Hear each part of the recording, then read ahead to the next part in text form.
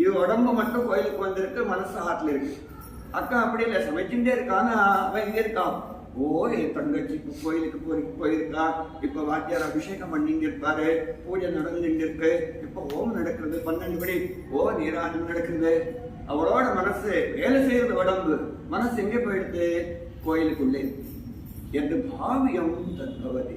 நம்ம மனசுல நம்ம என்ன நினைச்சிட்டு எந்த காரியத்தை செஞ்சாலும் எத்யத கர்ம கரோமி தத்த அகிலம் சம்போ தவாராதம். என்ன செஞ்சாலும் எதை செஞ்சாலும் என்ன உலகத்தில் இருக்கிறது எல்லாம் உலகமே அவனோடது.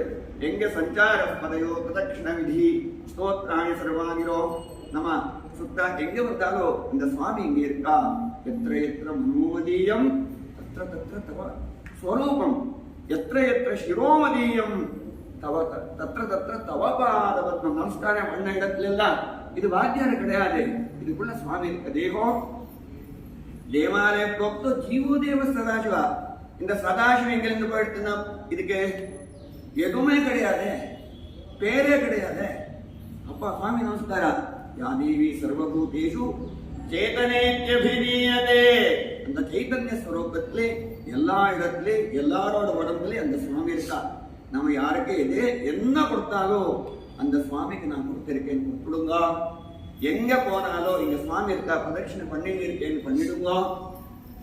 எங்க இருந்தாலும் அங்க கோயில் வந்துடும், அந்த சுவாமியோட அனுகிரகம் வந்துடும். அந்த மாதிரி ஆத்லே சுகமா சந்தோஷமா நிம்மதியா எது நம்மளுக்கு நடக்க கூடாதா அந்த மாதிரி வார்த்தையை வாயிலே சொல்லவே கூடாது. ஏன்னா ஆத்லே அந்த வாஸ்து மகாலட்சுமி இருப்பா. ததாஸ்து ததாஸ்து சொல்லிட்டே இருப்பா. நல்லதாகணும், நல்லதா பேசணும், நல்லதா வார்த்தை வாயிலிருந்து வரணும். என்ன சொன்னாலும் நல்லதாக ததா அப்படியே அதுக்குன்னு சொல்லுவேன். அதனாலே நல்ல வார்த்தையை பேசிட்டு இருந்து நல்லதா இருக்கிற மாதிரி அந்த சுவாமி நம்மளுக்கு எல்லாருக்கும் அனுகிரகம் பண்ணணும்னு சொல்லிட்டு பிரார்த்தனை பண்ணிக்கலாம். ஹர நம பார்வதி.